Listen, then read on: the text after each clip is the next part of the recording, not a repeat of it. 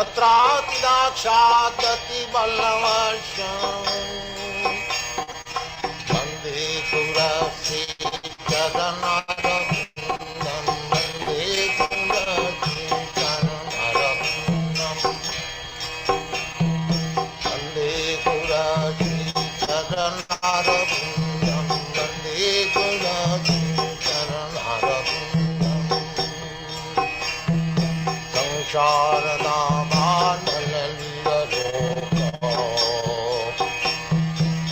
प्राणायकान्न घनाघनतं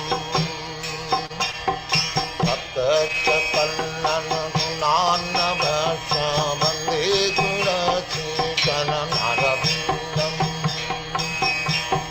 Vande Tulsi चरणारविन्दं Vande Tulsi चरणारविन्दम्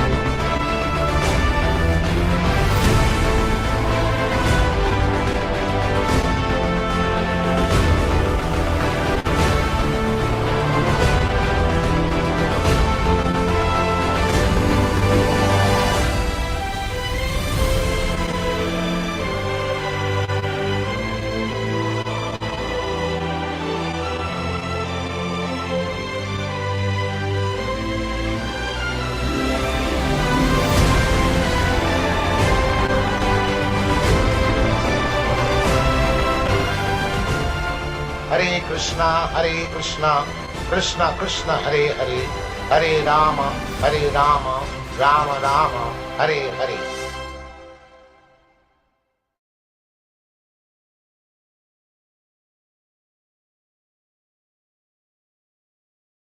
Excuse me.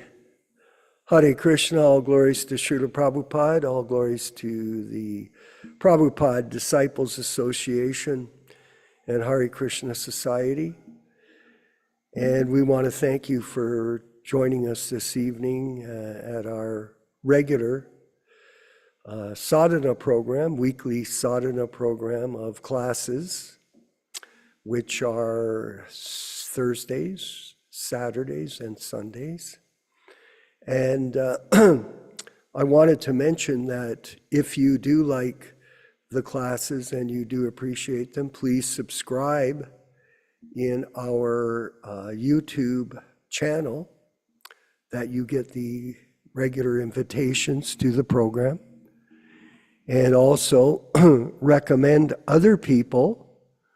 We have a invitation that you can get from us if you request it. Of course, this one has been changed, unfortunately, to the Wednesday to the Thursday schedule.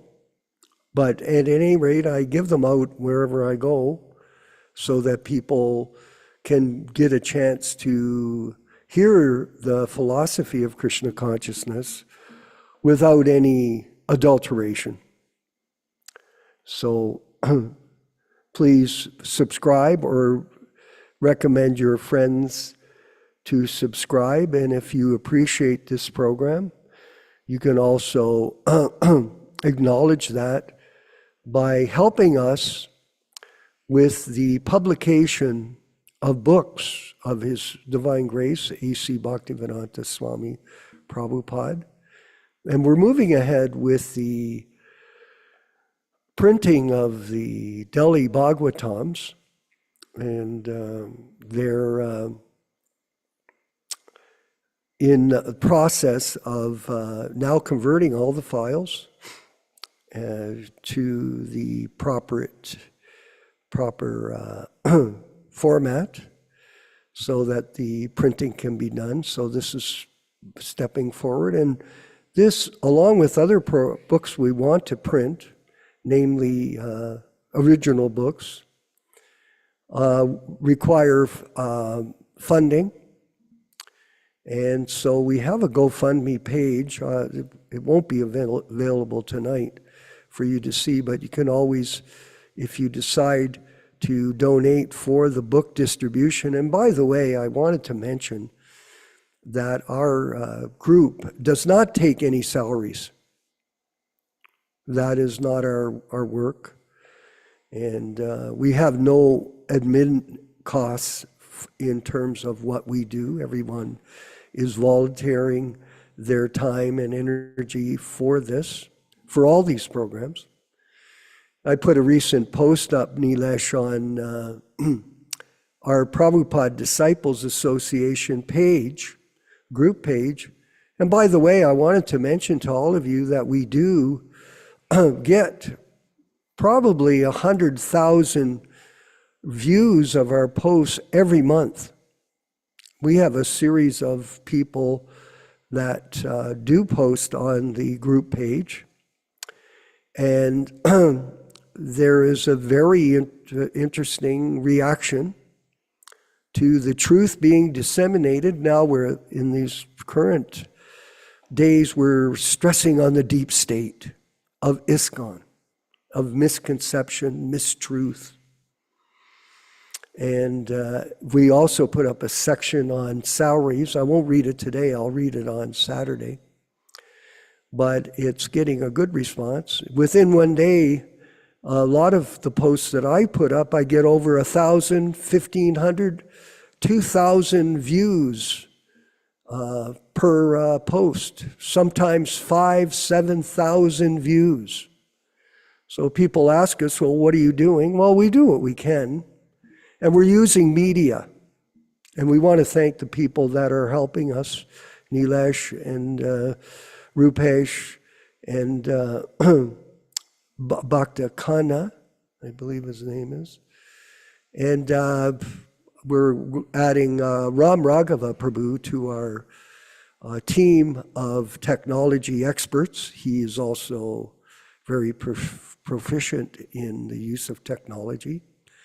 He has a degree in engineering as well as a doctorate, so he's joining our team. So these are very valuable members for our group, and we do appreciate your participation as we march forward, because we're not becoming victimized by any kind of situation or circumstance that comes our way. Like Prabhupada was always challenged, and we as his disciples also face that same challenge. So we have a GoFundMe page, and if you donate to that page, then the money that you give will be used exclusively for printing and distributing Prabhupada's original unedited books. And this is, as you know, a very important part of preaching, is to preach with the right books. And the books are very potent.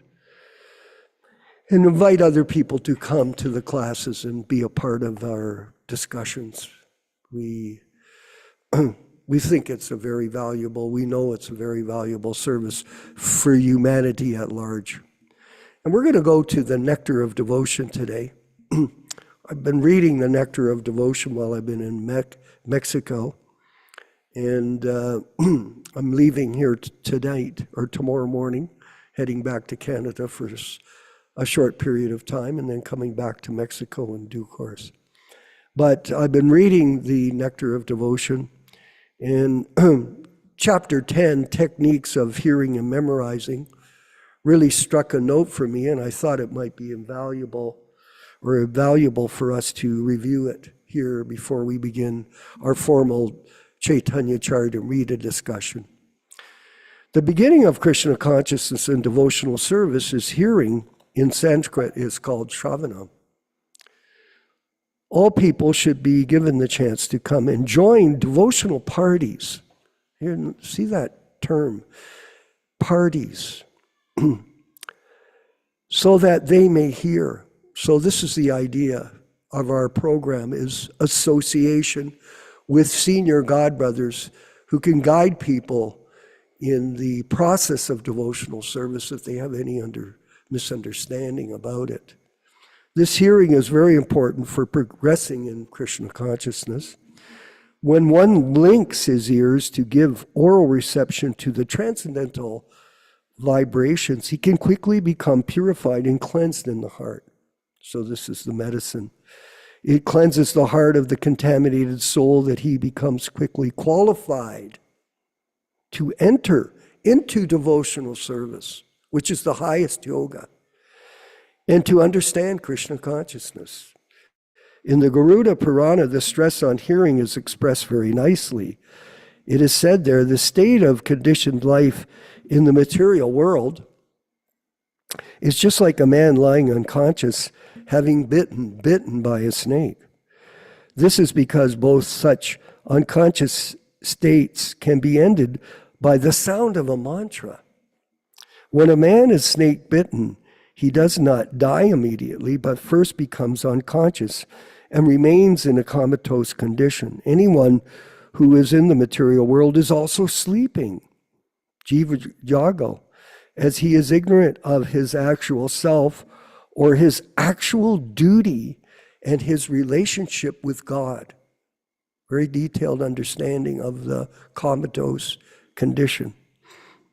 So materialistic life means that one is bitten by the snake of Maya illusion, and thus without any Krishna consciousness, he is almost dead. Now the so-called dead man, bitten by a snake, can be brought back to life by the chanting of some mantra. There are expert chanters of these mantras who can perform this feat. Similarly, one can be brought back into Krishna consciousness from the deadly unconscious state of material life by hearing of the Maha Mantra, Hare Krishna, Krishna Krishna, Hare Hare, Hare Ram, Ram Ram, Hare Hare. In the 4th canto of Srimad Bhagavatam, 29th chapter, 37th verse, the importance of hearing of the pastimes of the Lord is stated by Shukadeva Goswami to Maharaj Parikshit.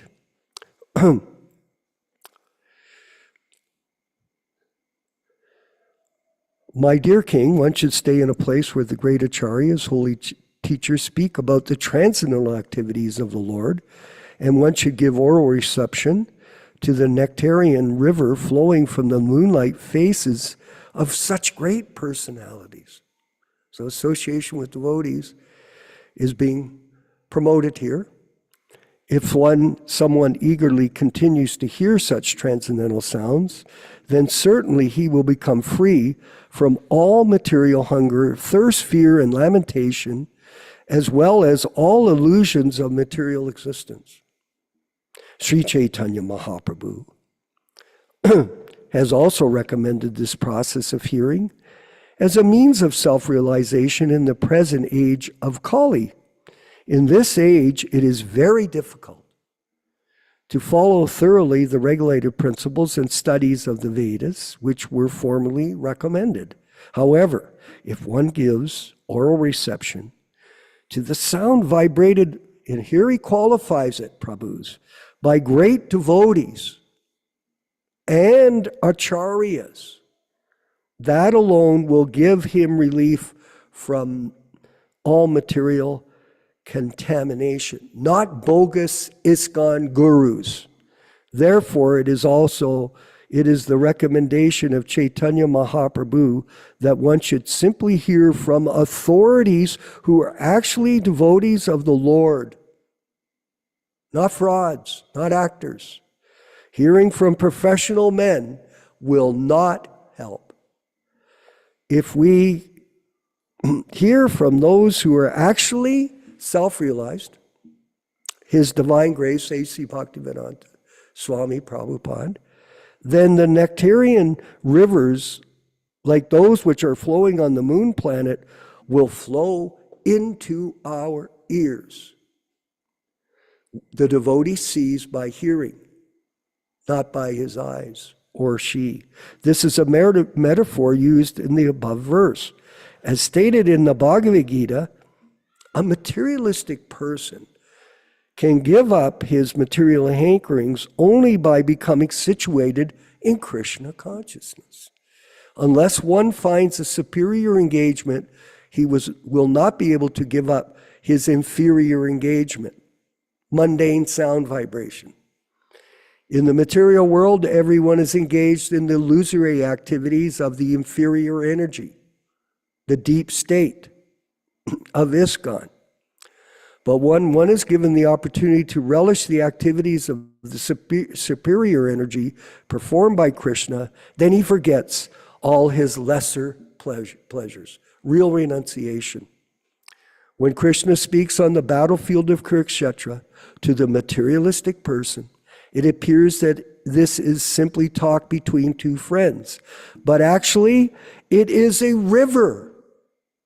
It is the nectar flowing down from the mouth of Sri Krishna. And it is an ocean of information from Srila Prabhupada for all of us. Arjuna gave oral reception to such vibrations, and thus he became free from all the illusions of material problems. And Prabhupada is present in his Vani incarnation. Don't forget that. That is the issue. Prabhupada lives in sound. In the 12th canto of Srimad Bhagavatam, okay, hold on. 12th verse, it is stated, a person who desires unalloyed devotional service to Lord Krishna, who is praised by transcendental sound vibrations, should always hear about his glorification and transcendental qualities. This will surely kill all kinds of inauspiciousness in the heart. Also in the 10th canto of 14th chapter, 8th verse, it is said, my dear Lord, any person who is constantly awaiting your causeless mercy to be bestowed upon him or her, and who goes on suffering the resultant actions of his past misdeeds, offering you respectful obeisances from the core of his heart, is surely eligible to become liberated, for it has become his rightful claim. This statement of Srimad Bhagavatam should be the guide of all devotees. A devotee should not expect immediate relief from the reactions of his past misdeeds. No conditioned soul is free from such reactionary experiences, because material existence means continued suffering or enjoying of past activities. If one has finished his material activities, there is no birth. This is possible only when one begins Krishna consciousness, because such activities do not produce reaction. Therefore, as soon as one becomes perfect in Krishna conscious activities, he is not going to take birth again in this material world. A devotee who is not perfectly freed from the resultant actions should therefore continue to act in Krishna consciousness seriously, even though there may be so many impediments. When such impediments arise, he should simply think of Krishna and expect his mercy. That is the only solace. If a devotee passes his days in that spirit, it is certain that he is going to be promoted to the abode of the Lord. Such activities he claims to enter into the kingdom of God. The exact word used in this verse is dayabhak. Dayabhak refers to a son's becoming a lawful inheritor of the property of the father. In a similar way, a pure devotee who is prepared to undergo all kinds of tribulations in executing Krishna conscious duties becomes lawfully qualified to enter the transcendental abode. All glories to Srila Prabhupada. Thank you, everyone, for listening carefully. and take it to heart, these words from His Divine Grace. We're going to move forward with the chanting of Jaya Radha Madhava by Srila Prabhupada, and then we're going to have our Chaitanya Charitamrita reading and discussion, and then our panel discussion with all of the wonderful devotees who are present in today's Zoom meeting. All glories to Srila Prabhupada. Thank you.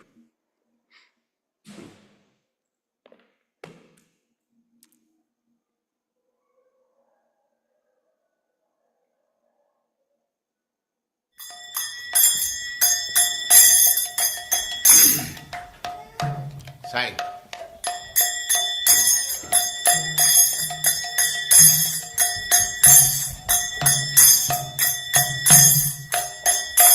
Jaya Radha Madhava Punya Bihari.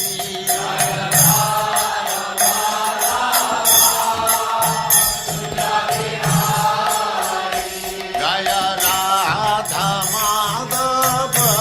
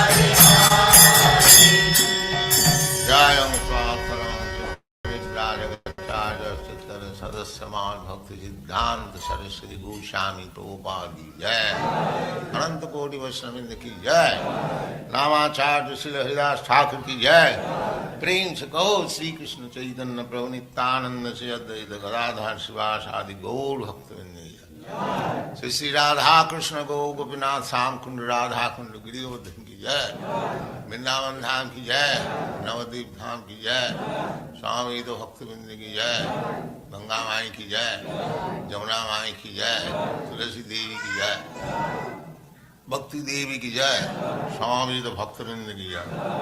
All glories to the assembled Lord. All glories to the assembled Lord. Thank you very much.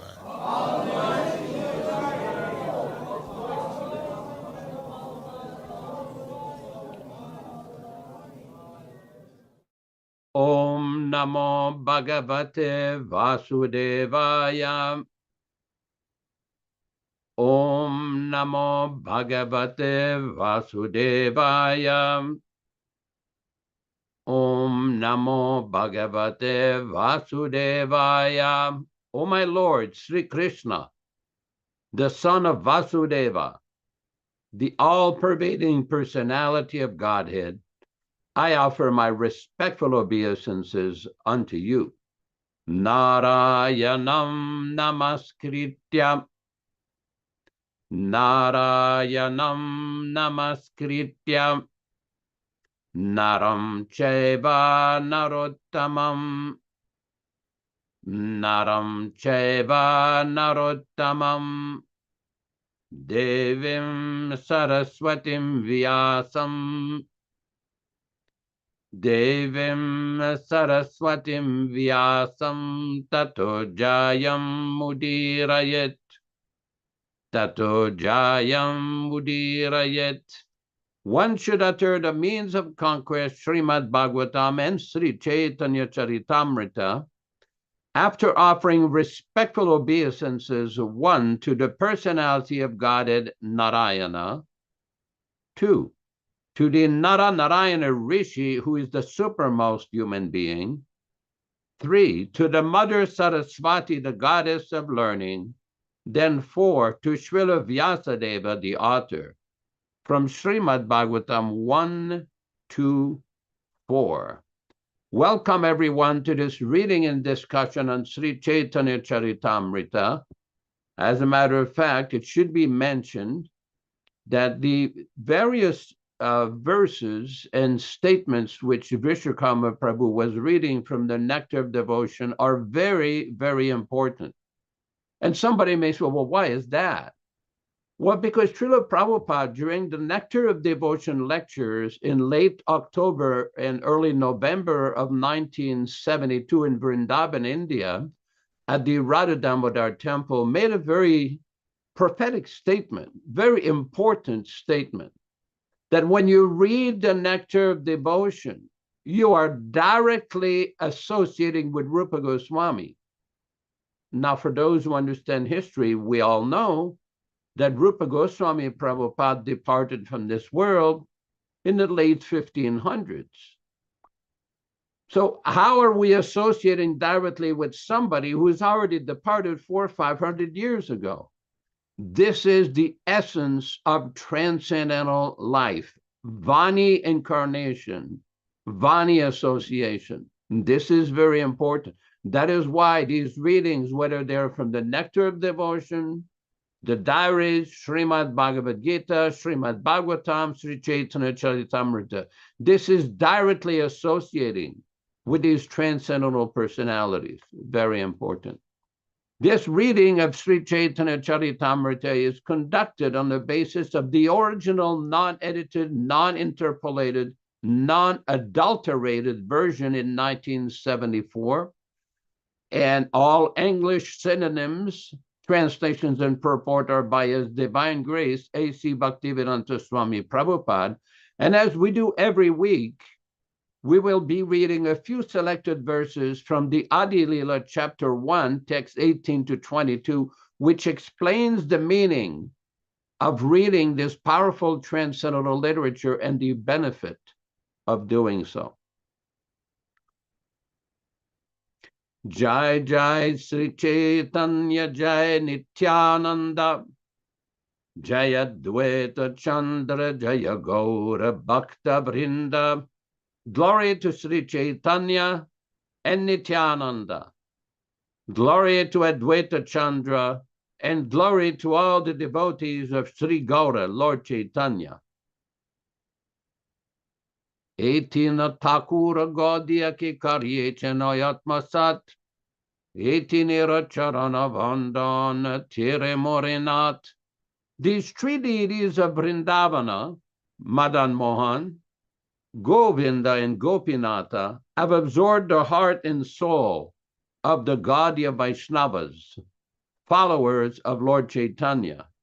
I worship their lotus feet, for they are the lords of my heart. Grantera Rambikari Mangala Charana Guru Vaishnava Bhagavan Tinera Smarana.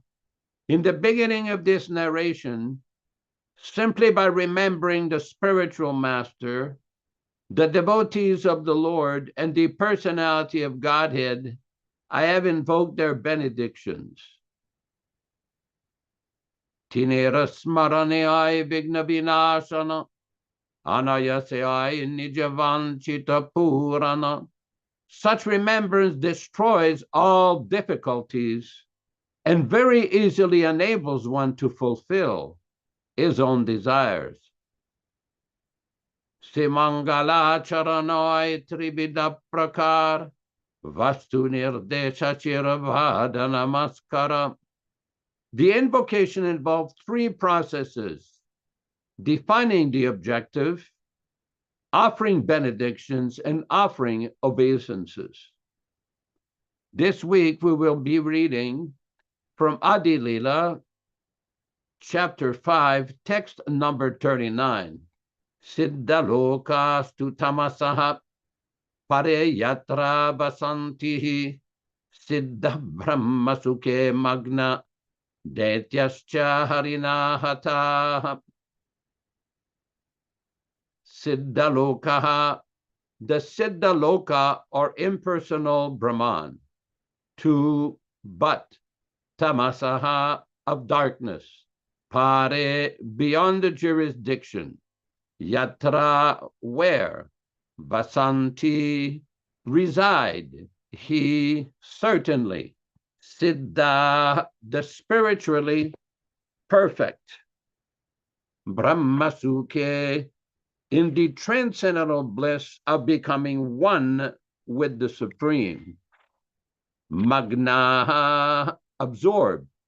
Daitya, cha, as well as the demons. Harina, by the Supreme Personality of Godhead. Hataha, killed. Translation by Srila Prabhupada. Beyond the region of ignorance, the material cosmic manifestation, lies the realm of Siddhaloka. The Siddhas reside there, absorbed in the bliss of Brahman. Demons killed by the Lord also attain that realm. Purport by Srila Prabhupada. Tamaha means darkness. The material world is dark, and beyond the material world is light. In other words, after passing through the entire material atmosphere, one can come to the luminous spiritual sky, whose impersonal effulgence is known as Siddhaloka. Mayavadi philosophers who aspire to merge with the body of the Supreme Personality of Godhead, as well as demoniac persons such as Kamsa and Shishupala, who are killed by Krishna, enter that Brahman effulgence. Yogis who attain oneness through meditation according to the Patanjali yoga system also reach Siddhaloka. This is a verse from the Brahmanda Purana. Text number 40. Se paravyo me nayana rera charipashe dwaraka chatur vyohera dvitiya prakashe. Se that Paravyome in the spiritual sky, Narayana era of Lord Narayana, Charipashe on four sides, Dwaraka, Dwarka, Chaturuvyuhera of the quadruple expansions, Dvitiya the second, Prakashe manifestation. Translation: in that spiritual sky on the four sides of Narayana are the second expansions of the quadruple expansions of Dwaraka. Purport by Srila Prabhupada. Within the spiritual sky is a second manifestation of the quadruple forms of Dwarka from the abode of Krishna. Among these forms, which are all spiritual and immune to the material mode, Sri Baladeva is represented as Maha Sankarsana.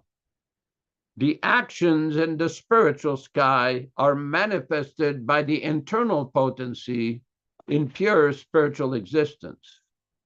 They expand in 6 transcendental opulences, which are all manifestations of Mahasankarsana, who is the ultimate reservoir and objective of all living entities.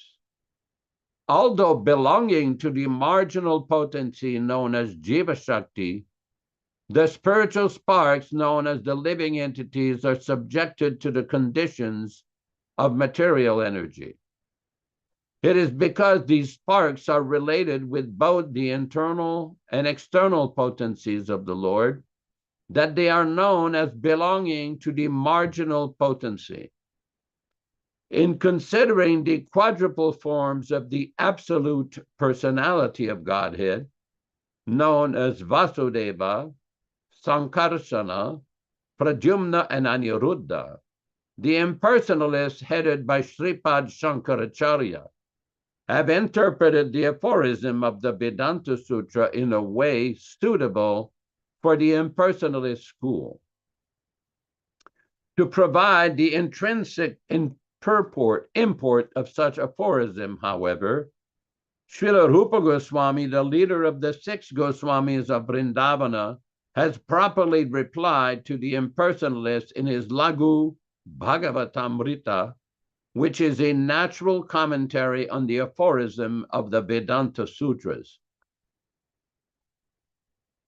The Padma Purana, as quoted by Srila Rupa Goswami in his Lagu Bhagavatamrita, describes that in the spiritual sky there are 4 directions corresponding to east, west, north, and south, in which Vasudeva, Sankarsana, Aniruddha, and Pradyumna are situated. The same forms are also situated in the material sky. The Padma Purana also describes a place in the spiritual sky known as Vedavatipura, where Vasudeva resides. In the Vishnu Loka, which is above Satyaloka, Sankarsana resides. Mahasankarsana is another name of Sankarsana.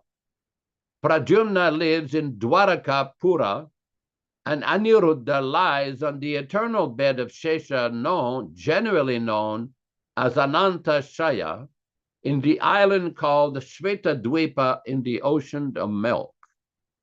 Om Jnana Timirandasya Jnananjana Shalakaya Chakshuran Militam Yena Tasmai Shri Gurave Namaha.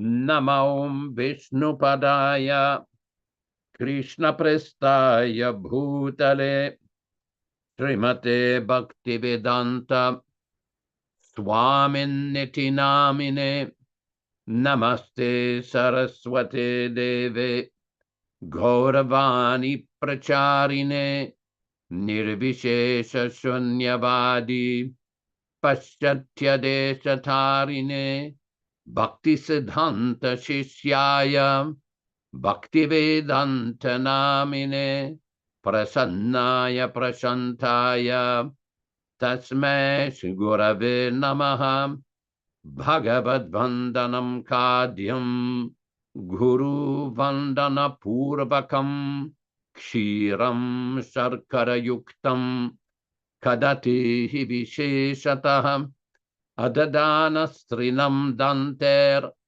Idam Yachi Punah Punah Srimadrupa Padam Bhoja Dhulishyam Janma Janmani Amsho Bhagavatosmyaham Sadadaso Asmi Sarvata Tat Kripa Pikshako Nityam Tat Prishta Sat Karomi Svam Sri Krishna Chaitanya Prabhu Nityānanda Sri Advaita Gadadhara Srivasadi Gaura Bhakta Vrinda Hare Krishna, Krishna Krishna, Hare Hare, Hare Rama, Rama Rama, Hare Hare.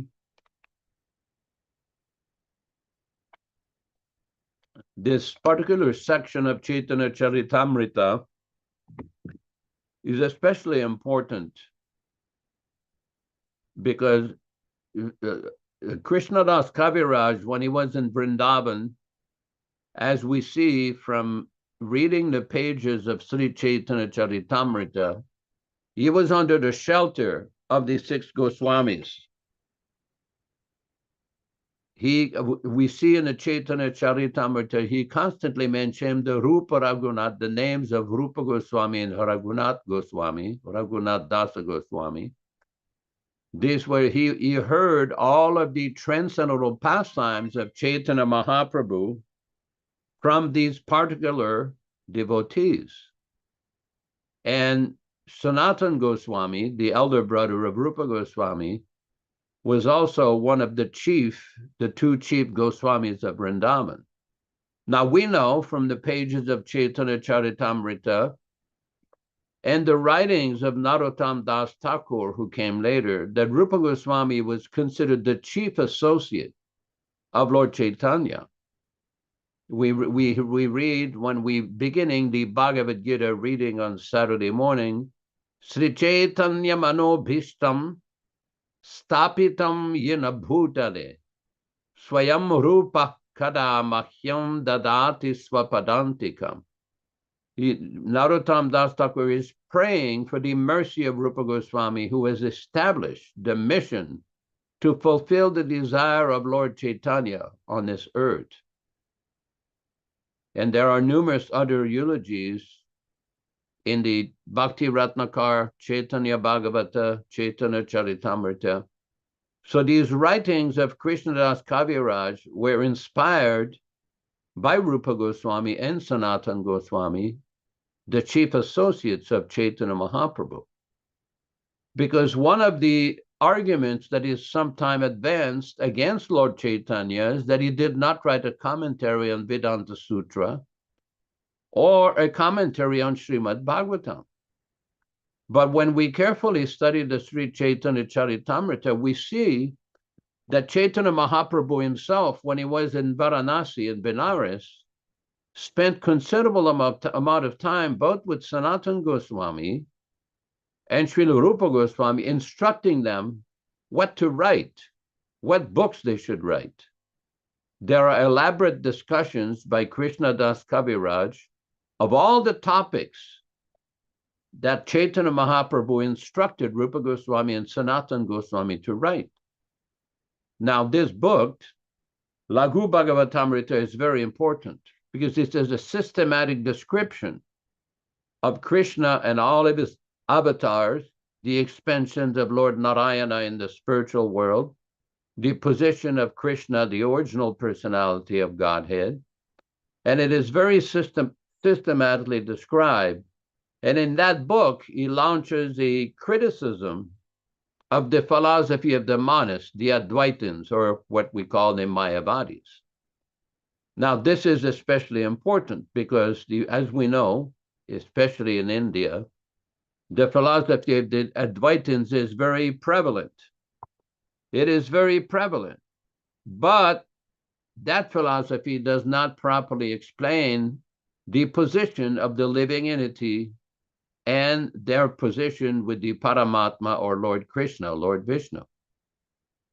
this idea that the living entity will merge into Lord Narayana. This is based on certain statements of the Vedas, where the word Sayujya is given. Well, Sayujya doesn't mean what they think it means. Sayujya means to have oneness of service to the Lord. That the bhakta is engaged in bhakti, or devotional service, loving devotional service, for the service of Bhagavan. That is the real meaning of Sayujya, not this false idea that the bhakta will merge with Lord Narayana or Lord Krishna. As we see in this chapter of Chaitanya Charitamrita, and the previous verse, it is explained that in text number 39, beyond the region of ignorance, the material cosmic manifestation, lies the realm of Siddhaloka. The Siddhas reside there, absorbed in the bliss of Brahman. Demons killed by the Lord also attain that realm. So there are numerous explanations. In text number 38, we see in text number 38 that impersonal Brahman effulgence consists only of the effulgent rays of the Lord. Those fit for Sayujya liberation merge into that effulgence. So it's important to understand that the destination of those who practice bhakti is very different than those who are engaged in this jnana yoga platform, or the Advaitavadis, or the Mayavadis. Chaitanya Mahaprabhu, we see in the Chaitanya Charitamrita, has very strongly criticized the followers of Shankaracharya. He says, Mayavadi oi Krishna aparadi. Those who are Mayavadis, preaching the oneness of the living entity and the Supreme Lord, are offenders at the lotus feet of Krishna. In another place, it is described, Mayavadi Bhashya Sunani Hoy Sarvanash. Sarvanash means finished, destroyed. That if one hears the nonsense commentaries of the Mayavadis, this spiritual life will be finished. Now, fortunately, there are many great Vaishnavacharyas in all the Vaishnava Sampradayas who have written commentaries on the Vedanta Sutra, explaining the real meaning of the Vedanta Sutra. Now, in our Sampradaya, although there is a commentary on Vedanta Sutra by Sripad Baladevi Bhusana, but Rupa Goswami and Sanatana Goswami, or Chaitanya Mahaprabhu for that matter, did not write the specific commentary on every sutra of the Vedanta Sutra. But as Srila Prabhupada describes in these purports, that this commentary on Vedanta Sutra is found in the Laghu Bhagavatamrita. Now, I don't know if we've already read this text 41, which has a very, very long purport. It seems that we have read that a few weeks ago, but it's very important for anybody that seriously wants to understand the conclusion of Vedanta Sutra. It is all given in this very long purport of text number 41 in chapter 5. Now, somebody may say, well, why should we spend so much time in reading all of these detailed explanations? Well, this is what it means to be a Vaishnava, to study the purports of the great acharyas, especially as given by Srila Prabhupada, the foremost representative of the 6 Goswamis, the current acharya of the Gaudiya Vaishnava Sampradaya. Now, we often hear from persons, although they may have a direct association with Srila Prabhupada, the acharya, we also often hear various interpretations of Srila Prabhupada's statements. There's a lot of distortion and unfortunate misrepresentation of many of Prabhupada's statements, especially before the departure of Srila Prabhupada in 1977. Many persons have chosen to interpret various statements of Srila Prabhupada for political purposes. What do we mean by that? Well, we know what we mean. Everybody knows the current controversy, the unsettled controversy between the alleged appointment of different alleged successor gurus, and whether Srila Prabhupada was meant to remain as the actual guru of his transcendental movement.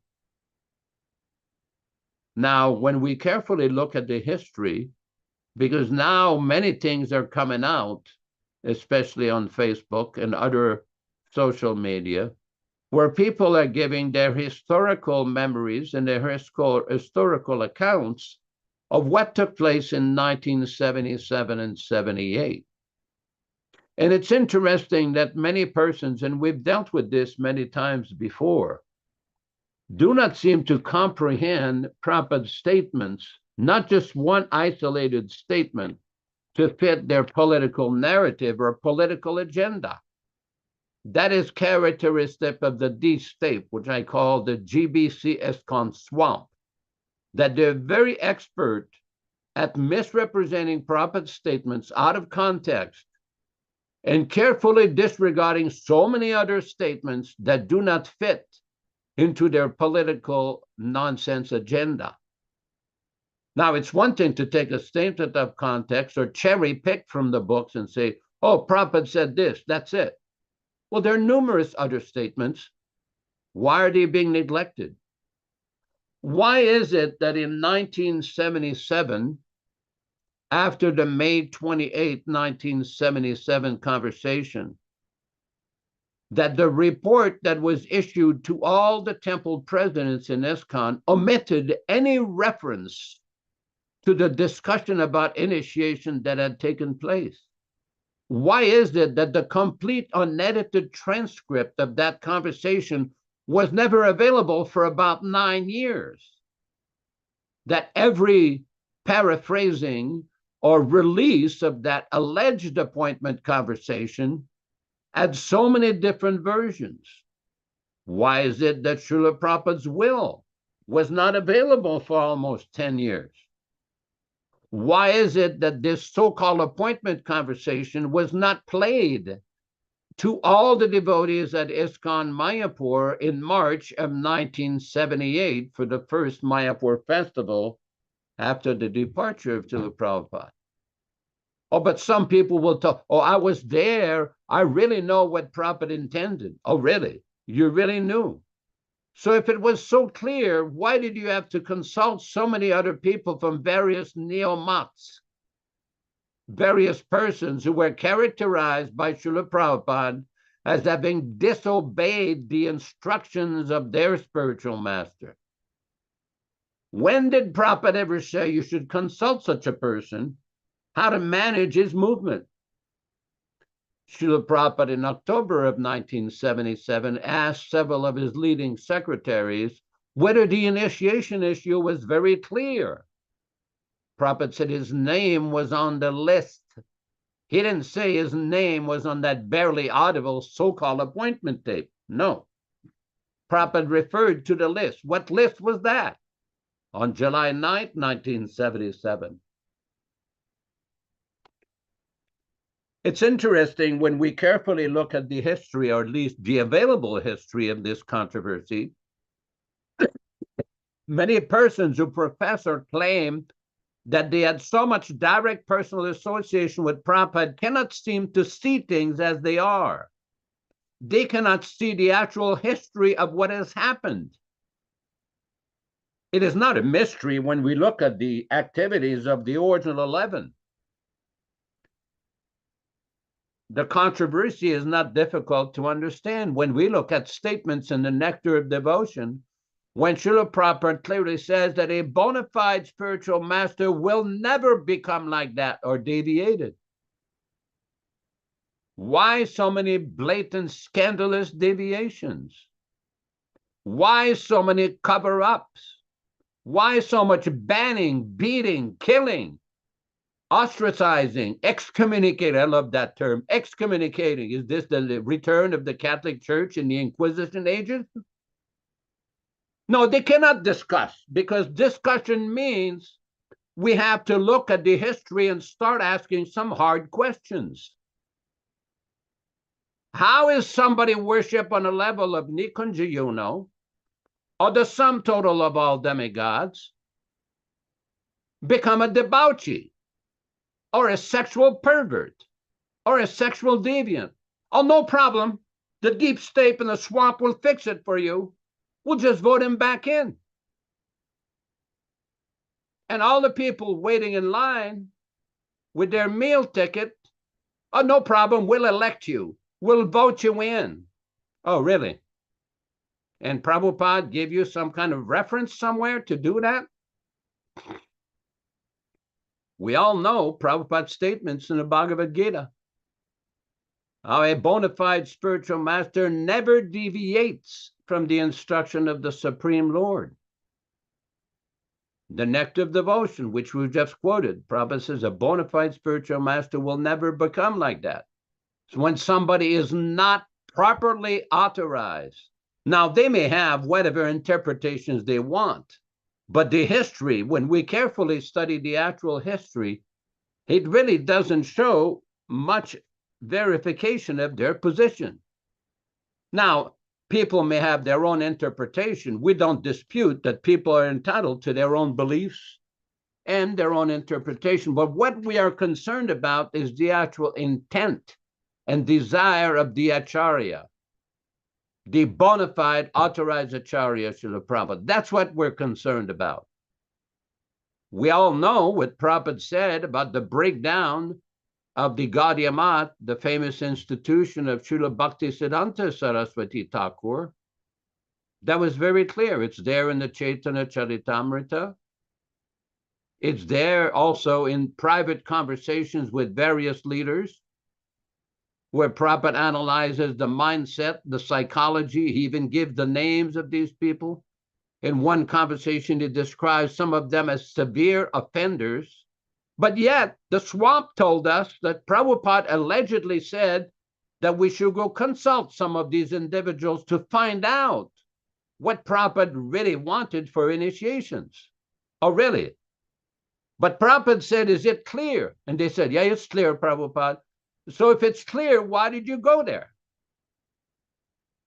If something is clear, it doesn't need further clarification, especially from individuals who historically have shown that they have deviated from the instructions in the order of His Divine Grace, Srila Bhaktisiddhanta Saraswati Thakur Prabhupada.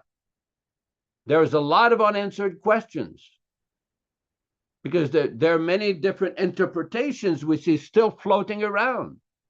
One of them was still floating today, of an older senior devotee claiming, I was there. I knew what Prabhupada really intended. Oh, really? You really knew, right? Then how did these 11 deviate so much if you knew so much? Why did you support all this nonsense all these years? That they cannot explain. He mentioned, oh, Prabhupada in 1966 said such and such thing. And I kept reading and say, well, where's that statement? Where's the actual statement from Srila Prabhupada? When Prabhupada said, when I order, oh, that they don't want to quote. No one, no devotee in this movement in the last 46 years has ever been able to show where that order was ever given by Srila Prabhupada in 1977 for any disciple to be initiating Acharya or Diksha Guru. Where is that order? Where is the evidence? Where is the record? Just like when you go to court, you can't just start accusing somebody. Oh, you offended me. You did this. You did that. Oh, okay. I appreciate the concern, but why don't you give us some evidence? What is the substance of your position? You have to articulate your position, not just emotion or rage or unbridled anger. You have to get the facts straight. Without getting the facts straight, because the judge will catch it. It will come out. And what is now coming out in this movement is the swamp is being exposed with so many lies, distortions, falsehoods, fabrications, exploitation, banning, beating. One example was Srila Prabhupada's Sanskrit editor, Panditji. He was driven away from this movement. Why? Because he expressed concerns about what they were doing in 1978. Not just him, but many other individuals were driven away. One such foolish person stated, "Oh, there is no place in our world for smarter Brahmins like so-and-so in Vrindavan." Oh, really? Which movement are you talking about? The swamp movement or Lord Chaitanya's original movement? Under the acharyas like Rupa Goswami, Sanatana Goswami, Vishwanath Chakravarti. Any devotee in this movement is entitled to get answers to their legitimate bona fide questions. And when the swamp interprets things, everything becomes distorted. Everything becomes distorted.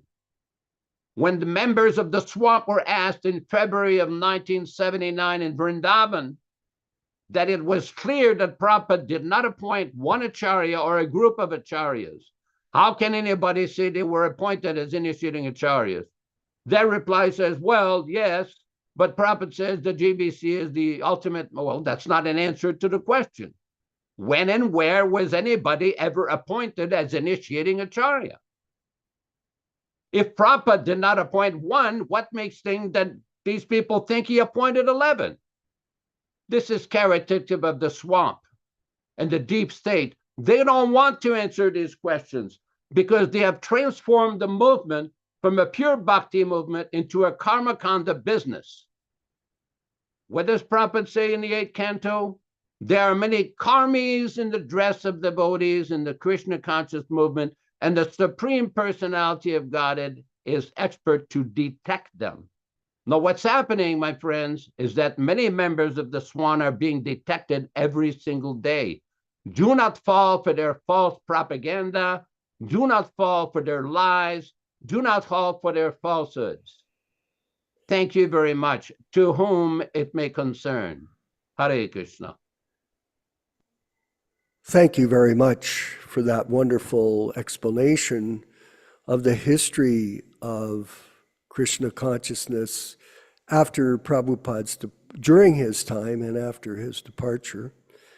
And it is unfortunate, Nilesh, that many people had been so disappointed with the circumstances that evolved that instead of continuing on with their process and taking shelter of Srila Prabhupada, they decided to go to the Gaudiya Math. And this was because they were so lost because of the misinformation that was being projected by these so-called ambitious leaders. I say so-called ambitious leaders of the ISKCON group. And in this case, and you know, Nilesh, this wonderful devotee, the Jadharani, the artist, was a victim of that. And in fact, I believe that in New Vrindavan, because she was so confused by the whole political nightmare there, and she spoke up, she was beaten. She was actually beaten by the devotees there, and she left and went to the Gaudiya Math. And there, that sends people into more confusion because their comment, some of their acharyas or so-called leaders, said that Prabhupada had never delivered the higher transcendental knowledge of Gaudiya Vaishnava in his books for us. And that's recorded. Today's reading was a direct connection with the internal potency of the Lord, explaining about the spiritual world and all the different aspects of it by the grace of Srila Prabhupada. And it's very detailed.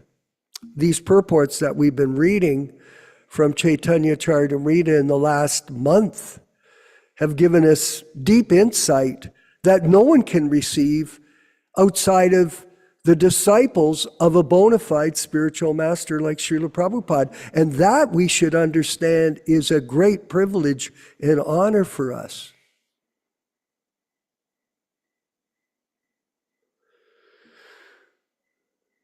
Prabhupada encouraged us to only read his books. There's one person online, and I'll move quickly so we can get into our panel discussion.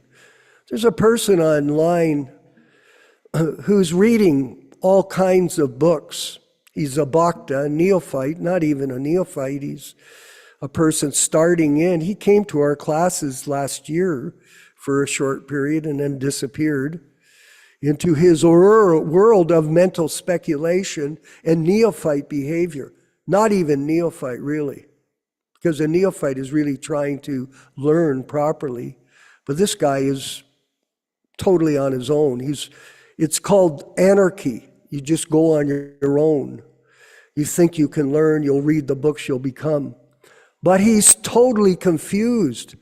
Recently, Nilesh, he's been posting all kinds of items on Facebook. You know what I did? Nityānanda, I put snooze for 30 days. Boom. And guess what? I don't have to see this guy's crazy nonsense anymore. And it's a great relief for my mind to have to not be disturbed by this madness from this guy because he reads too many books.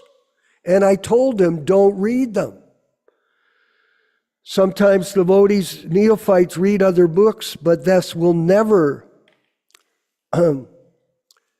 this was never authorized by Prabhupada, and this gives us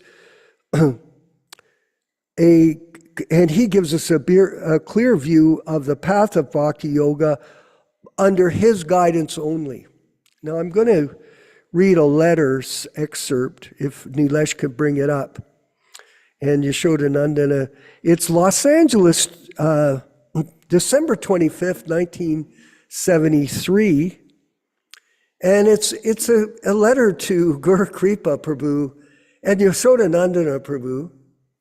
So it's very appropriate since our chief lecturer is in this letter. Please accept my blessings. Kurandar has received a letter from Tamal Krishna Goswami, and he's expressing some hesitation about you returning to India. I can understand that previously there must have been some quarrel amongst you, and that sometimes happens amongst God brothers. When whatever is done is done.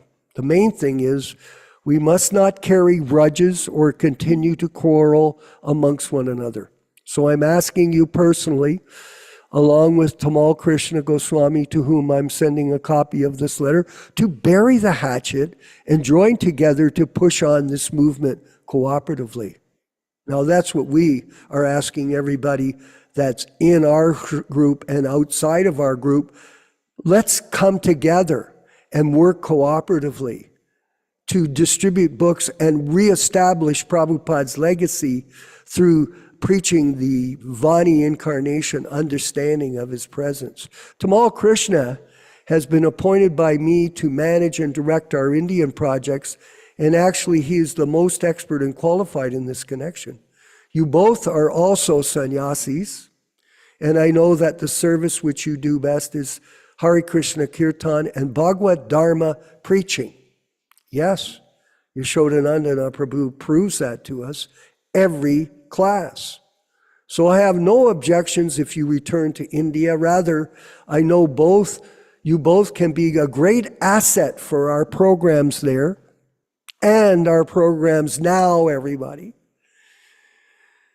And I'm requesting you, therefore, to concentrate on preaching and kirtan and work cooperatively with Tamal Krishna, who's in charge there. And he was a complete problem, by the way. But anyway, whatever imperfections, and he was a complete problem in North America.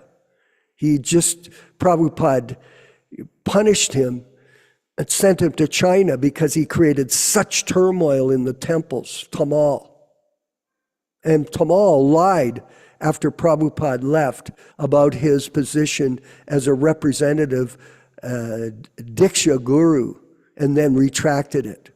Yes, whatever imperfections and discrepancies may exist, if you all agree to my direction and cooperate in the right spirit, then everything will turn out. but it'll require everyone involved to be responsible in cooperating, executing, and following the instructions of the spiritual master. Now, one thing I understand that in the past you were visiting Lalit Prasad, and you may also be planning to continue to visit him when you return to India. This is not approved by me. Just like Hiranyagarbha went to Lalit Prasad, who was my godbrother, or our godbrother, and took initiation from him. And I request you not to go to see him anymore. He holds a grudge against my Guru Maharaj, and even if it is transcendental, it'll gradually appear mundane in your eyes. Whatever is to be learned of the teachings of Srila Bhaktivinoda Thakur can be learned from our books. There is no need whatsoever for any outside instructions. Mr. Sean, these people are fools. It's in black and white, Nilesh. Very, very detailed explanations in thousands of letters on how to conduct yourself or how we should conduct ourselves. But these people, as Nityānanda Prabhu pointed out, they misinterpret this, they misinform people, they manipulate the information, and they do it for personal self-aggrandizement, for profit, adoration, and distinction, and they have destroyed the sampradaya that Srila Prabhupada started by these nefarious, whimsical activities. Yes. And I've been putting it up, and I'll end. I've been putting it up on the Facebook posts. Myself and Yashoda, challenge anybody to a debate, anybody in the world on these matters. We challenge you. Let's go. And nobody will even call because they're hiding in the closet of deception, misinformation, and the deep state of ISKCON and their corruption. Yashodanandana Prabhu, please. Sorry for that. You're raising a very important issue here, because I've had different people in the past say, well, why don't you arrange for a debate? Well, in South India, we had some personal experience of dealing with an Advaitavadin who wanted to debate. And we consulted one great Madhva scholar from one of the Udupi mats, the Admaru mat, and he laughed. He said, well, the first question you have to ask is, what is the basis of discussion? What books do you accept as authority? He says, what books do you actually accept as being authority in this so-called debate? So before we can even have a discussion in ISKCON, we'd have to discuss which set of books are we going to use? The revised books, would they have seen the truth? Or the original books from Srila Prabhupada that he has seen the truth? The original books in the Chaitanya Charitamrita that we're all reading, where Prabhupada clearly said that Jagannath Das Babaji initiated Bhaktivinoda Thakur, or they didn't like that, they revised it to another version. So you can't really have a bona fide, legitimate, proper discussion with people that have changed and altered and interpolated Srila Prabhupada's original books. That's not going to work, because there's two different fundamental ideologies here. One of them is to follow the instruction of the Acharya without deviation and false interpretation. And the other of them says, well, the deep state can interpret whatever it likes according to their understanding of whatever the situation is. As a matter of fact, there was a devotee in Florida, Dira Govinda Prabhu, who wrote a scathing criticism of this change in the Chaitanya Charitamrita about that Jagannath Das Babaji initiated Bhaktivinoda Thakur. The members of the deep tape in the swamp of ISKCON GBC wanted to change that. And one of their explanations, as farcical as it may be, well, that did not conform to our understanding of initiation in ISKCON. Who cares for your understanding? Our only concern is to follow the order and instruction of the Acharya in this movement, Srila Prabhupada, the current Acharya. But we see that many of these persons are more concerned about their interpretation of what Prabhupada wants. We don't need your fanciful interpretations. You know, in 1976 at Mayapur, two leading members brought to Srila Prabhupada a pamphlet that had been published by the High Court Acharya of the Gaudiya Math, who had taken over the place of Bhaktisiddhanta Saraswati Thakur at Mayapur after his departure in 1936. And in that pamphlet, he advertised himself as being the real successor, the savior of the mission, and the promulgator of the so many outlandish claims. And Prabhupada's reply to that basically was, amongst the original disciples, who is accepting him? So this is my question to these devotees that claim that you were there and you really knew Prabhupada's intention. Amongst Srila Prabhupada's original disciples, who is now accepting your members of your deep swamp, of your deep state? Who is accepting your fanciful interpretation of so-called appointment? Who is accounting your fairy tale accounts of these 11 personal associates of Prabhupada, many of whom became of debauchees, sexual predators, embezzlers, and criminals? Who is accepting this?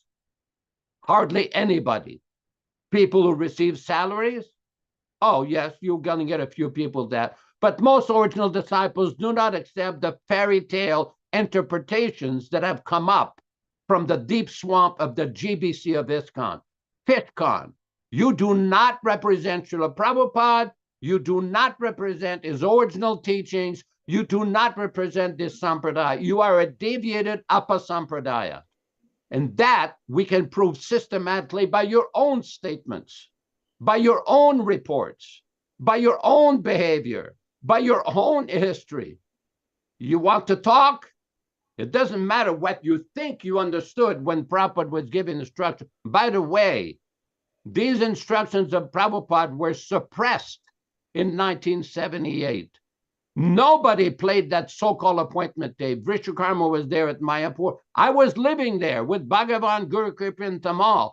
Nobody played that so-called appointment tape. They just paraphrased, and they said, oh, Prabhupada said, if you have any questions, you can go over there to the Neomat across the river and ask questions. I was told to go there and ask him questions. He said, no, let him come here. They can ask their own questions. Thank you. And they lied even to him. They lied to the devotees. They lied to him. They lied to the whole Vaishnava communities. Why? The desire for name, fame, power, and position. Thank you very much. Hare Krishna. Yes, I'm going to go to the panel. I wanted to mention, Nilesh, that in 1978, I was voted, I've mentioned this before, I'm only letting you, all of you know some history.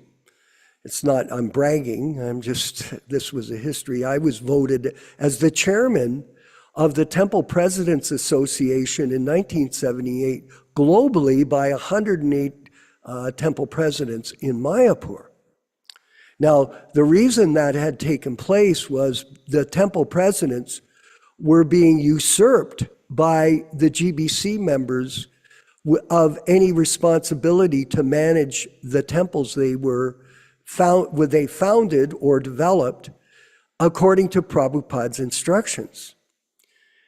So we were working to try to have some say in what went on, which the GBC never gave the temple presidents any position to set any policy. Terrible. It was ridiculous. Now, what happened, Nilesh? Because I was the chairman, then they invited me, the GBC invited me to attend the first GBC meeting as a member who was not a GBC. I was the first person in the history of our movement. And I still remember being in the room with Nityānanda was there, Keith Ham, the pedophile, Bhavananda, the gay blade. He actually sat beside me, and Bhagawan was on the other side, the emperor. And there was a Satsrup, I still remember seeing him across the room with his, little frame of confusion. And the mood was this. They were celebrating. That was the fact, that Prabhupada had left, and now they were preparing to go leave Mayapur and go divide up the world amongst themselves and run the movement. Each one setting up their own guru cult. And after I came back from India, then guess who came to Toronto? Because we had the biggest temple in North America we bought for Prabhupada.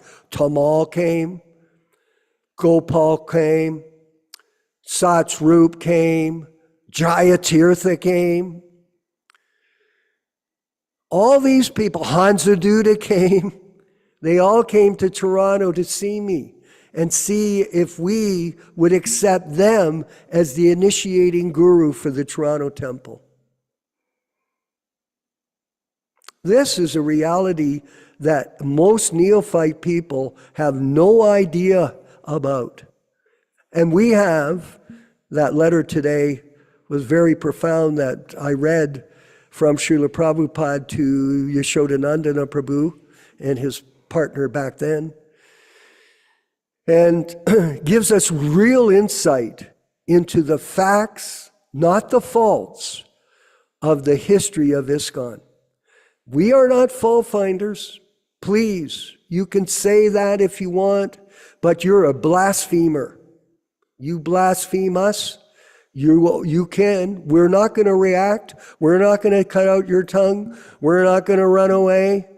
We're not going to do the things. We're not going to commit suicide. I just read that in the Nectar of Devotion, Yashodananda. We're not going to do anything. We're going to carry on with our mission. And in this way, tell the truth to the really sincere people that are seeking the opportunity to get out of this material world through the Sankirtan mission of Lord Chaitanya and His Divine Grace A.C. Bhaktivedanta Swami Prabhupada Ki Jai. And Neela Shama, who's hosting today, you have your hand up. Please go ahead. Thank you. Hare Krishna, Jai Srila Prabhupada. Haribol.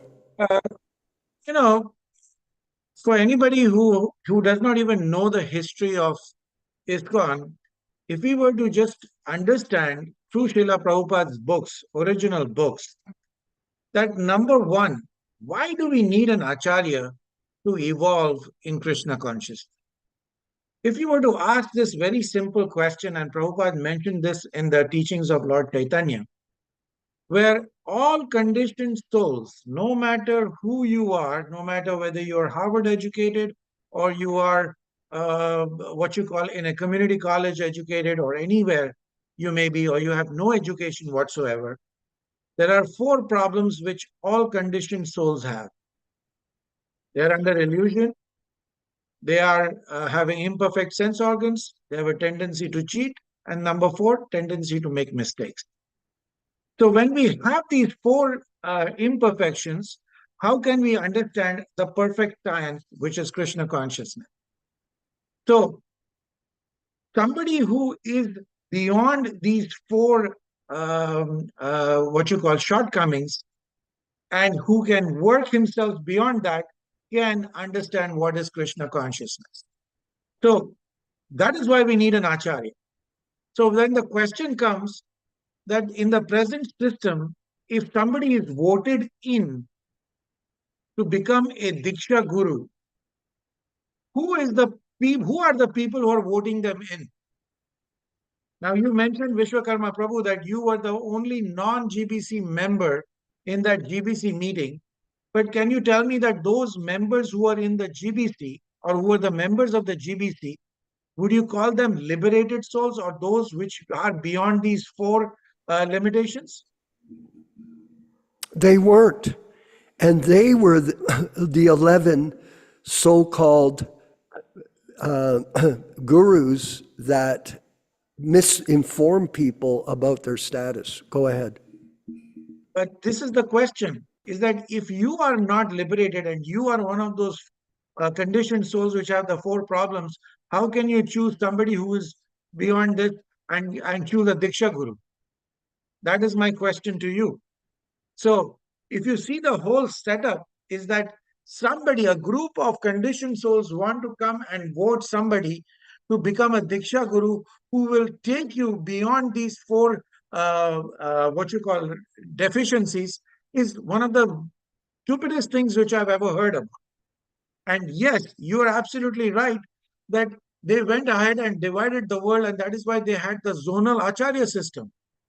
Now, in which Vaishnava literature have you seen that they have divided the universe up where this is going to be my section and that is going to be your section? No. You will choose whoever you want to become your Guru Maharaj. You are going to choose from the different acharyas, whichever it is going on over there. So this concept that if you look at the historical concept, whether you were there in 77 or you were not there in 77, you just follow the diktats of what Prabhupada is teaching us. Everything fits into its proper perspective. You see, Let me everything fits into clarify. Let me clarify one point. It is very easy for a senior devotee to direct people to Prabhupada if somebody asks, how do I become initiated? You just have to tell them, just like we did when Prabhupada was present, and now he's present in the Vani. It's not that you just choose a guru. The guru is already here. He's existing, and we're protecting his legacy in his Vani incarnation by telling people, look, Nilesh, do you think, I had my godbrothers tell me, you should be a guru. Oh yeah, that's what they're telling me. Oh, you should be there. You're so qualified. So this Yes. part can be easily settled up, Prabhuji. This part, why are we directing everybody to Srila Prabhupada? Because Srila Prabhupada is the only person who's beyond these four avaguns or the four problems, because he comes from a liberated state. Now let's understand what is a liberated state. Well, let us understand that there are so many people who want to come into United States. Why do they want to come into United States? Let's understand it on a mundane level. Why? Because United States is considered a land of opportunity where you can create yourself a certain economic condition which is going to be far better than your home country, which includes myself. I have moved in here to better myself on an economic front. Okay. Now, if I am already in United States, and now if I want to go and visit, say, some country in Africa, okay, will that country ever, cast a suspicion on me for giving me a visa? No. Why? Because you're coming from the United States, which offers a much higher level of economic prosperity, and you want to come down to a country, there's no chance of you going to be staying over here. So we will give you a visa very easily. You see, or just having a US passport is good enough for you to get entry into many, many countries, even without a visa. Similarly, understand this, that when somebody has come from the spiritual realm, who will go after adoration, distinction, profit, and diplomacy? Who will go after that? Those who are in this material world, who think that this material world is all in all. But those who have experienced a higher degree of happiness, remember, Prabhupada always tells us, you do not know what is happiness. So if you want to really know happiness, you have to be at the spiritual realm. And if you are at that spiritual realm and you have tasted that spiritual happiness, what kind of material happiness will equate to that? Even if I were to take Prabhupada in a private jet, even if I were to take Prabhupada in a super yacht, do you think that it will sway him from Krishna consciousness? No. Why? Because he has tasted the real happiness, the unlimited happiness. So who is going to go after adoration? Who is going to go after distinction? Who is going to go after it? Somebody who's still on the material platform. And can such a person take you to a higher level of Krishna consciousness? This is my question to everybody. Just apply Okay, simple logic. that's the answer is Simple logic. we are explaining the truth to people in these classes without any confusion. That you direct people to Prabhupada, Prabhu. That's your job. Prabhupada wants you to make disciples. That's you're a teacher, you're a learned person. You make disciples for, when I use that term, make, obviously Krishna and Prabhupada are making them, but you direct them, I should say, to understand properly the philosophy of Krishna consciousness based on the principles that we're expounding in all of our classes. This is the first thing. And then distribute books that have not been adulterated, contribute money to it. We have a goal, I'm not saying you specifically, but whoever has money, they can distribute money for that reason. I'm working on a lady, I'm hoping she'll just give a donation of a few $100,000 to us. That's work. Just like if you sell a car. I've sold tens of millions of dollars of cars, as you know, in my part of my career. Real estate, I've sold bought and sold millions. But what is more important, let's get millions for spreading Krishna consciousness. Yes, that's our job, service. Yashodanandana, let's get Tim Lee to speak. We'll go to Tim and then we'll let Yashodanandana come in again and maybe Dharma Bhavana. We're moving over our time. But Tim Lee, Prabhu, can you get unmuted for us? Rubesh, can you unmute Tim Lee? He's got that beautiful Can you hear me? picture. Yes, we can. yeah. Thank you. Oh, okay, Haribo. Well, I think it's interesting. There's a big Christian community. It's one of the biggest in Texas. It's called Daystar, and the grandmother who runs that has a son who found out that his daughter was being molested by a family member. So he reported it to her, and she just completely suppressed him and said, "You're going to be causing trouble for our institution," and blah, blah, blah. And they kicked him off the board and all kinds of things. So it's creating a big scandal. But if you study it, it's exactly what happens in ISKCON. Somebody reports a problem and immediately they're, kicked out of any office or position of authority and removed and exiled and given a bad name and all that stuff. So I think that what we experience in ISKCON, it seems like it's unique for us, and in some ways it is.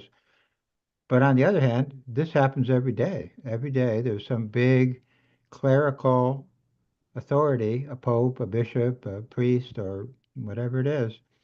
He misuses his post. People try to correct that, and they are suppressed and kicked out and all the rest of it. So it's just interesting how history not only repeats itself within Gaudiya Vaishnavism, but the same type of history just happens basically everywhere. There's the same kind of a problem. But I think what people are predicting now is that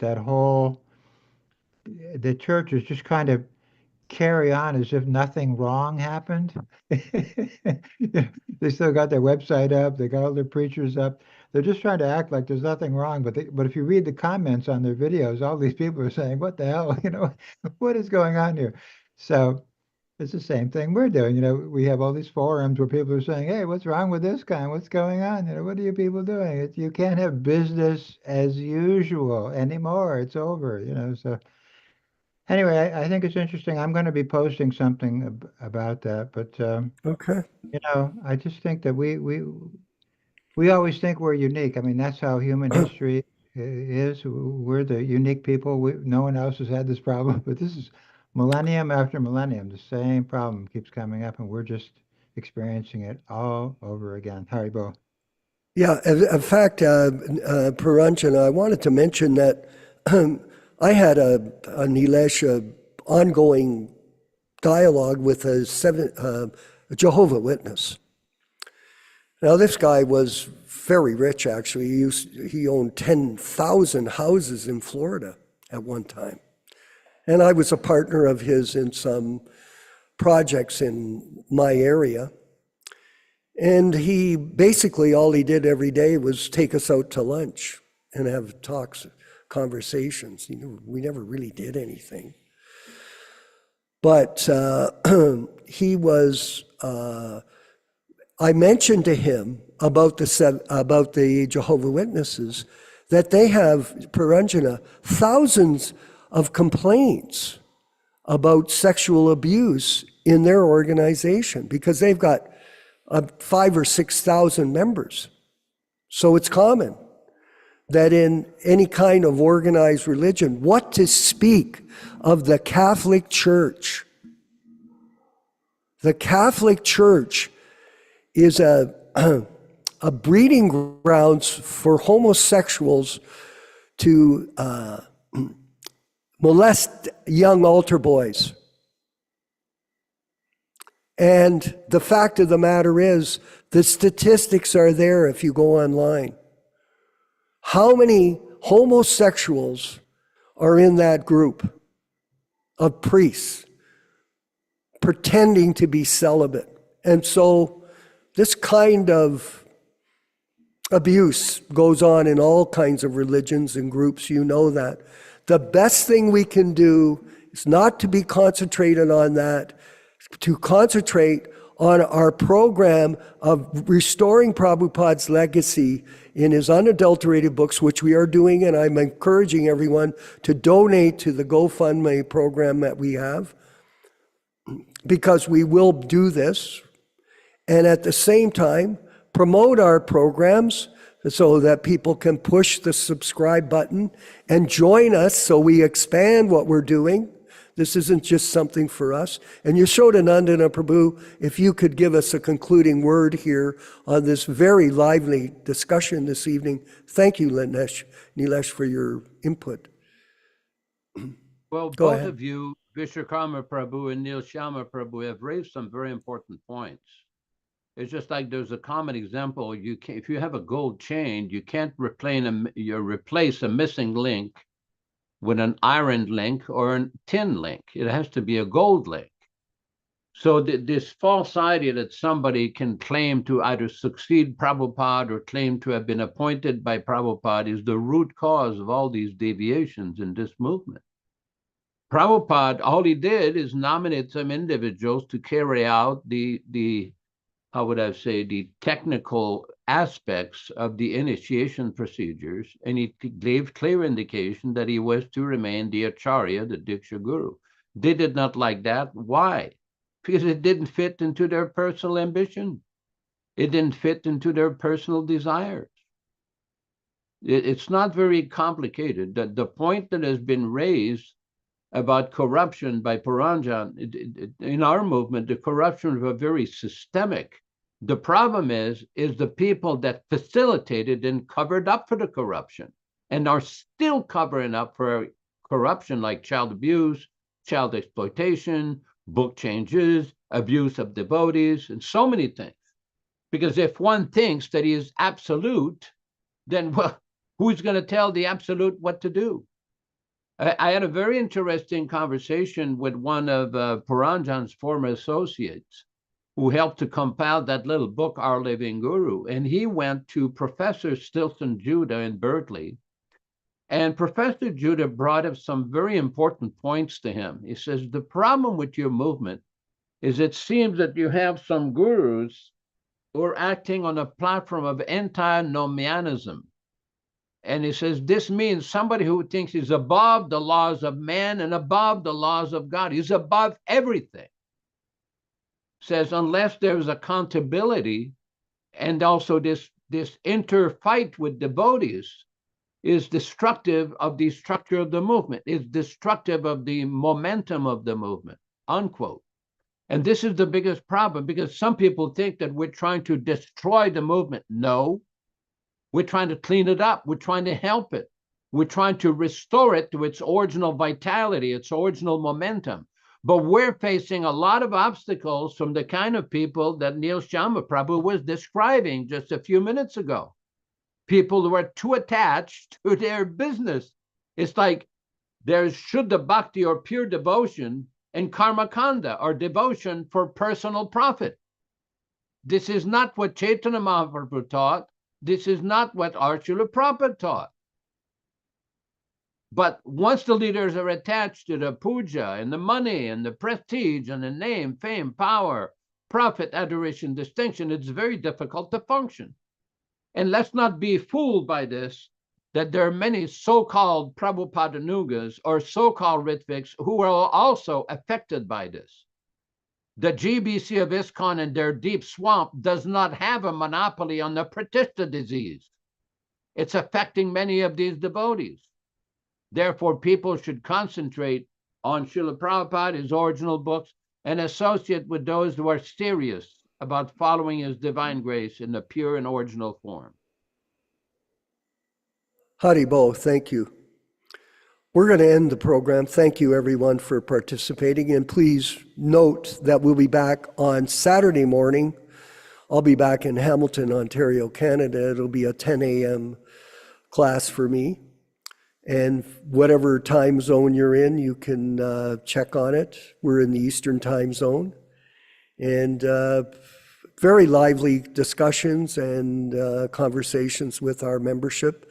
And if you have any questions, please get a hold of us through the Hare Krishna Society website or subscribe to the Hare Krishna Society YouTube page, please. And we have over 1,000 hours of broadcasts, very educational, very informative. It'll clear up all the cobwebs of confusion in your life about the ISKCON world that has gone into chaos, let's say.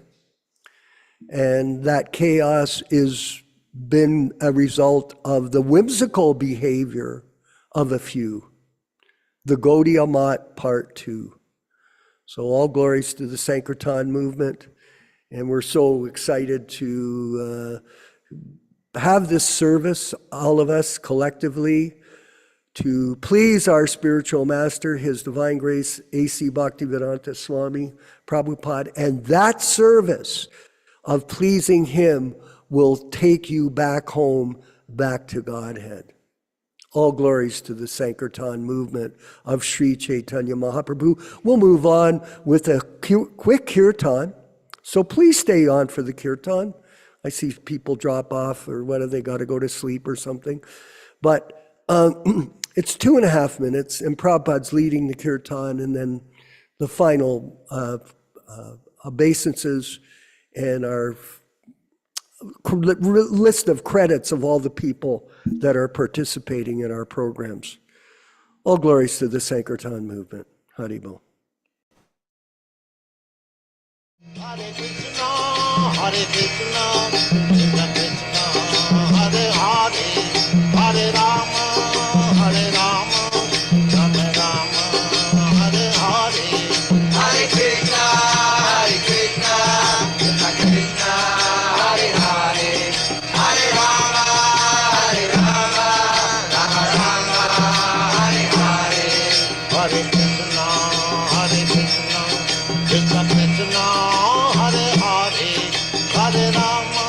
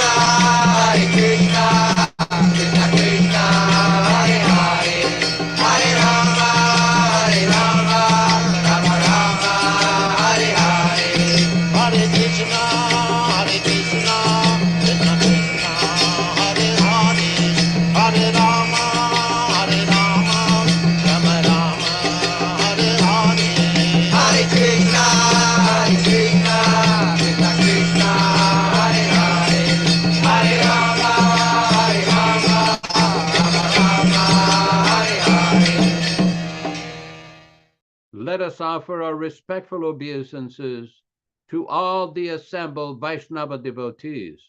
Vanchakalpa tarubhyascha kripa sindubhya evacha patitanam pavanebhyo Vaishnavebhyo namo namaha. I offer my respectful obeisances. We all offer our respectful obeisances unto all the Vaishnava devotees of the Lord, who can fulfill the desires of everyone, just like desire trees, and who are full of compassion for the fallen souls. Thanks everybody for participating in this lively program. Vishwakarma Prabhu in Mexico, soon to be back in Hamilton, Ontario. Mother Rochisa Devi in Montreal, Canada. We have Bhakta Rupesh in Mumbai, India, and Michael Dillon in Yuba City, California, and our good friend Neil Sharma, who doesn't seem to be here anymore, but in Miami, Florida, and all the lively discussion we're having. We invite you to come back on Saturday morning for a Bhagavad Gita reading and discussion at 7 o'clock a.m. Pacific Standard Time, corresponding to 10 o'clock a.m. Florida time and Hamilton, Ontario time, and go back very deeply into the instruction and teachings of His Divine Grace, Srila Prabhupada. Hare Krishna, all glories to His Divine Grace.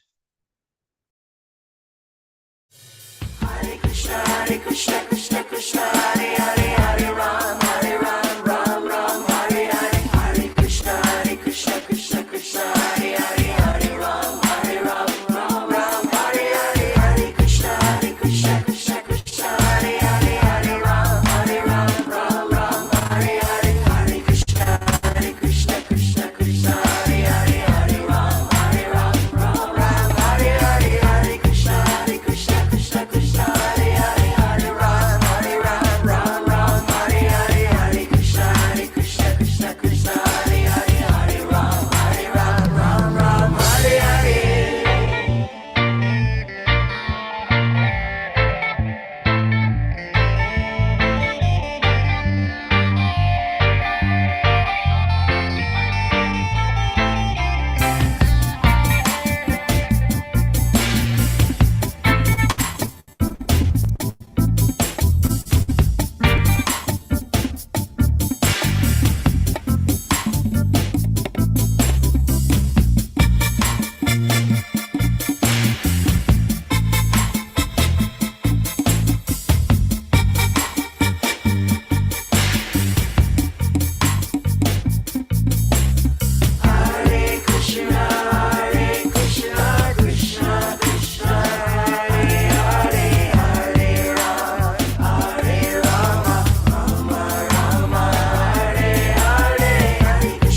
Hare Krishna, Krishna Hare Hare, Hare Ram, Ram Hare Hare. Hare Krishna, Krishna Hare Hare, Hare Ram, Ram Hare Hare. Hare Krishna, Krishna Hare Hare, Hare Ram, Ram Hare Hare.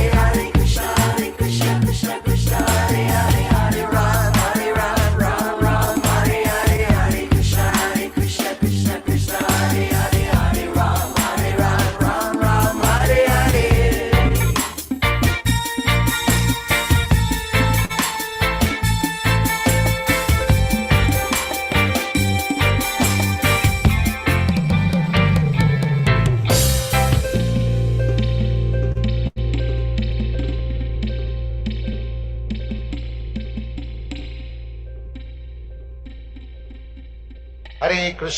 Hare Krishna, Krishna Krishna, Hare Hare, Hare Rama, Rama Rama, Hare Hare.